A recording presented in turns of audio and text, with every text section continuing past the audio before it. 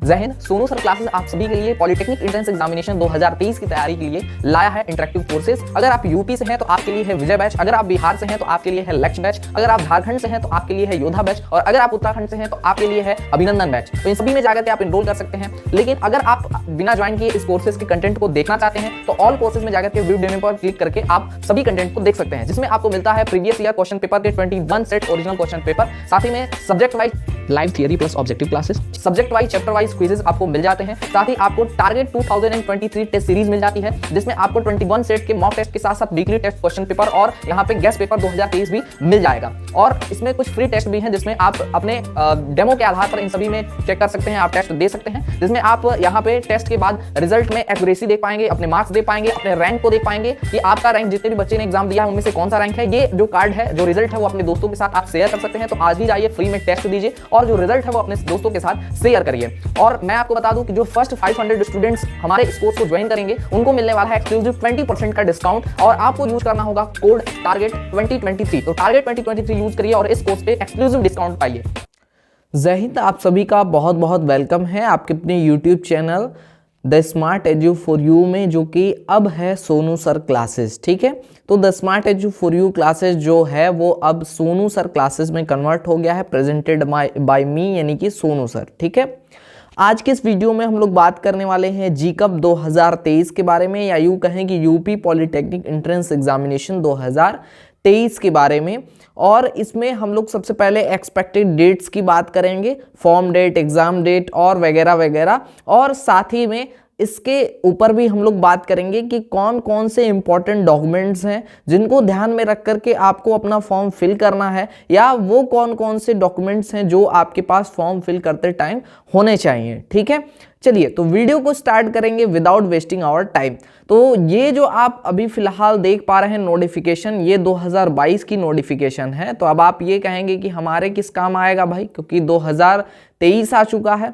तो expected date आप यहाँ से देख सकते हैं, क्योंकि लगभग जो डेट्स होते हैं वो आसपास ही होते हैं जो भी आपके हर साल के होते हैं। ठीक है, तो यहाँ पे आपके आवेदन यानी कि एप्लीकेशन फॉर्म ओपन होने की अगर हम बात करें तो आपके फॉर्म आपके जो आ जाएंगे वो फरवरी में आ जाएंगे। 15 यहाँ पे फरवरी 2022 दिखा रहा है, तो फरवरी के सेकंड वीक में आपके फॉर्म आ जाते हैं पॉलिटेक्निक एंट्रेंस एग्जामिनेशन के। ठीक है, वहीं बात करें फॉर्म के लास्ट डेट की, तो अप्रैल लास्ट वीक तक आपको फॉर्म भरने का टाइम दिया जाएगा। और वहीं अगर हम बात करें कि फॉर्म में कोई भी करेक्शन अगर हो जाता है तो आपका करेक्शन के लिए भी जैसे ही फॉर्म का लास्ट डेट ओवर हो जाएगा उसके बाद 1 वीक या फिर 3 से 4 दिन का टाइम आपको यहाँ पे करेक्शन के लिए दिया जाएगा।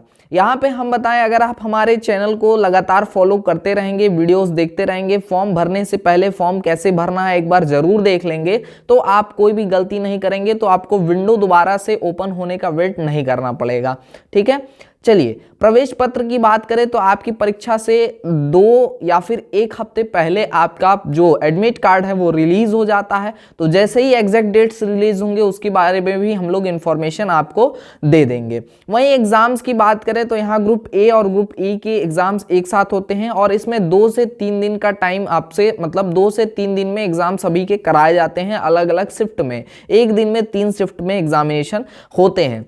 तो यहाँ पे आपके ग्रुप ए और E1 के 2 से 3 दिन में हो जाते हैं, बाकी अनदर ग्रुप्स का अलग अलग डेट्स पे यहाँ पे एग्जामिनेशन आपका हो जाता है। बात यह है कि आपके एग्जाम्स कब तक हो सकते हैं, तो आपका एग्जाम जो जा सकता है वो मई में जा सकता है, मई के सेकेंड वीक या लास्ट वीक तक भी जा सकता है। तो मई में ही आपकी परीक्षाएं होंगी, क्योंकि सेशन जो है वो लेट चल रहा है 2022 वाला, तो इसके अकॉर्डिंग 2023 का जो सेशन होगा वो भी थोड़ा सा लेट होगा। ठीक है, आपके एग्जाम्स हो जाने के बाद आपका आंसर की रिलीज कर दिया जाएगा, और आंसर की में आप ये देख पाएंगे कि आपने कौन सा क्वेश्चन किया, आपका क्या आंसर सही है, और जो संयुक्त प्रवेश परीक्षा है उनकी ओर से कौन सा आंसर सही है, ये सारी चीज़ें आप देख पाएंगे। उसके बाद आपका जो रिजल्ट है वो यहाँ पे रिलीज कर दिया जाएगा, उसके बाद आपकी काउंसलिंग होगी, और देन आपका जो सेशन है वो स्टार्ट हो जाएगा। मान के चलिए कि अगस्त में ही सेशन आपके लगभग स्टार्ट हो पाएंगे। ठीक है, चलिए आगे बढ़ते हैं हम लोग, और हम लोग बात करने वाले हैं इंपॉर्टेंट डॉक्यूमेंट्स के ऊपर। ठीक है, तो देखिए यहाँ पे इंपॉर्टेंट डॉक्यूमेंट्स अगर हम बात करें, सबसे ज्यादा अगर इंपॉर्टेंट डॉक्यूमेंट कोई है वो है कास्ट सर्टिफिकेट यानी कि जाति प्रमाण पत्र। क्यों भाई, क्यों जाति प्रमाण पत्र इतना इंपॉर्टेंट है? इंपॉर्टेंट इसलिए हो जाता है ये जाति प्रमाण पत्र क्योंकि मैक्सिमम बच्चे परीक्षा का फॉर्म भर लेते हैं, एग्जाम दे देते हैं, काउंसलिंग करा लेते हैं, कॉलेज मिल जाता है, बट जब वेरिफिकेशन का टाइम आता है, जब डॉक्यूमेंट आप वेरीफाई कराने जाते हैं, उस टाइम में आपके पास अगर जाति प्रमाण पत्र नहीं होता तो आपका एडमिशन कैंसिल हो जाता है। तो ध्यान रखिए कि आप फॉर्म भरने से पहले अपना जाति प्रमाण पत्र बनवा लें। ये 1 वर्ष से ज़्यादा पुराना नहीं होना चाहिए, तो 6 महीने के अंदर ही फॉर्म भरने के आपकी परीक्षा हो जाएगी। तो आप जब परीक्षा फॉर्म भरते टाइम जाति प्रमाण पत्र जो बनवाएंगे वो आपके एडमिशन के समय तक मान्य होगा। ठीक है, तो आप क्या कर लेंगे, जाति प्रमाण पत्र अपना बनवा लेंगे। ठीक है, ताकि आपको अगर बन गया तो आप जो भी आरक्षण लेना चाहते हैं, आरक्षण या फिर जाति प्रमाण पत्र, दोनों की ही मैं बात करूंगा कि अगर आपके पास होगा तो उस हिसाब से आप फॉर्म भरेंगे तो फॉर्म रिजेक्ट होने का या आपके एडमिशन के रुकने का कोई चांस यहाँ पे नहीं होगा।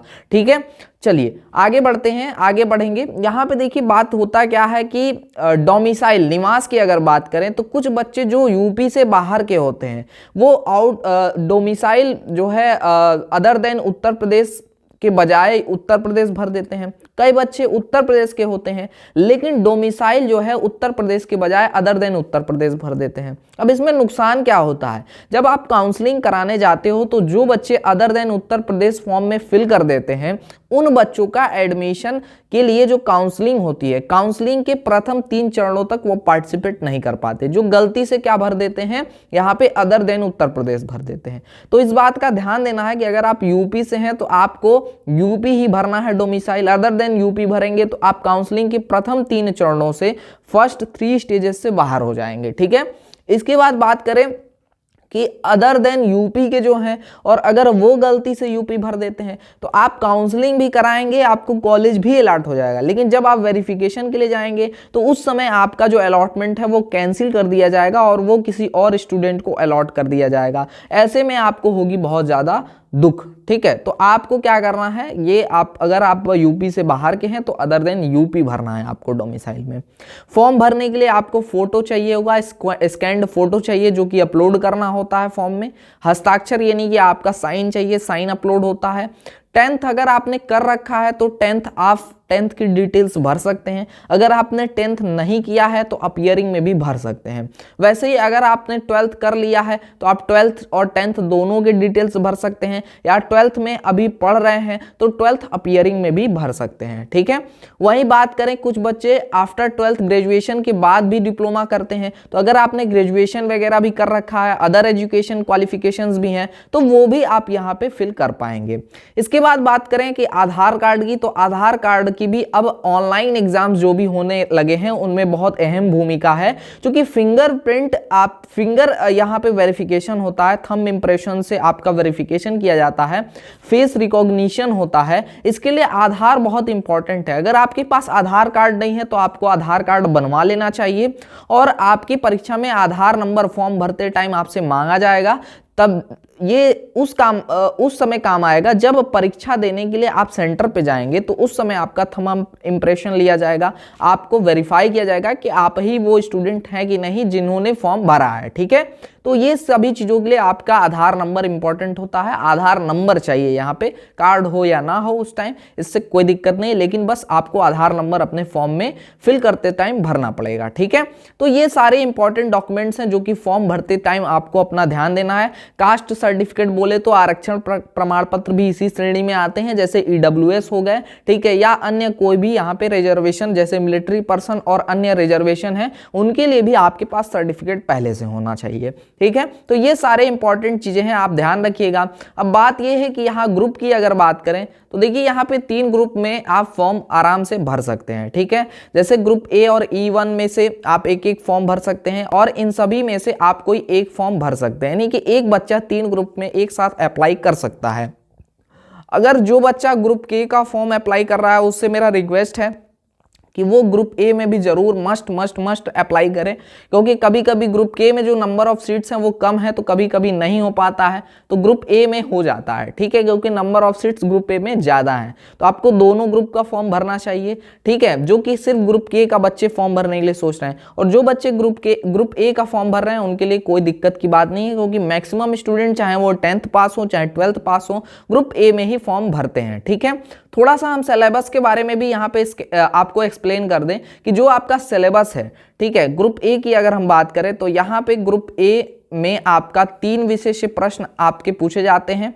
एक है आपका यहाँ पे फिजिक्स, ठीक है, यानी कि साइंस पोर्शन में आपका फिजिक्स आता है, केमिस्ट्री आता है और आता है आपका मैथ्स, ठीक है। नंबर ऑफ क्वेश्चंस की अगर हम बात करेंगे यहाँ पे तो नंबर ऑफ क्वेश्चंस आपके होते हैं फिजिक्स में 25 क्वेश्चन, केमिस्ट्री में होते हैं आपके 25 क्वेश्चन और यहाँ पे मैथ्स में होते हैं आपके 50 क्वेश्चन। तो टोटल यहाँ पे आपके 100 क्वेश्चन आपके एग्जाम में आते हैं और जो आपका एग्जाम होता है वो 400 मार्क्स का होता है, ठीक है।